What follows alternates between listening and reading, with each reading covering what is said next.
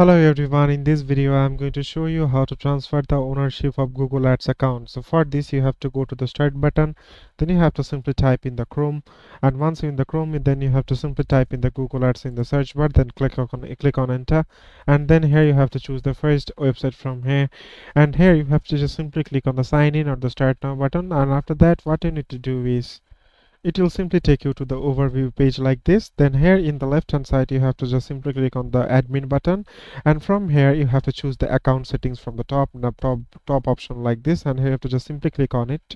And once you're in the account settings, you have to just simply click on the access and security from here, and from here you can just simply click on the admin or standard. Here you can see the admin option is already showing here, so you just have to simply click on the remove access, and also you can just click on the plus icon and add another person to here, and after that you can also give the access to from here, so admin access to that another person. So here you can see that access level is set to standard. Just simply click on the profile, and that's to just transfer the administration part to that person. So it is as simple as that, guys. Thank you very much for watching this video.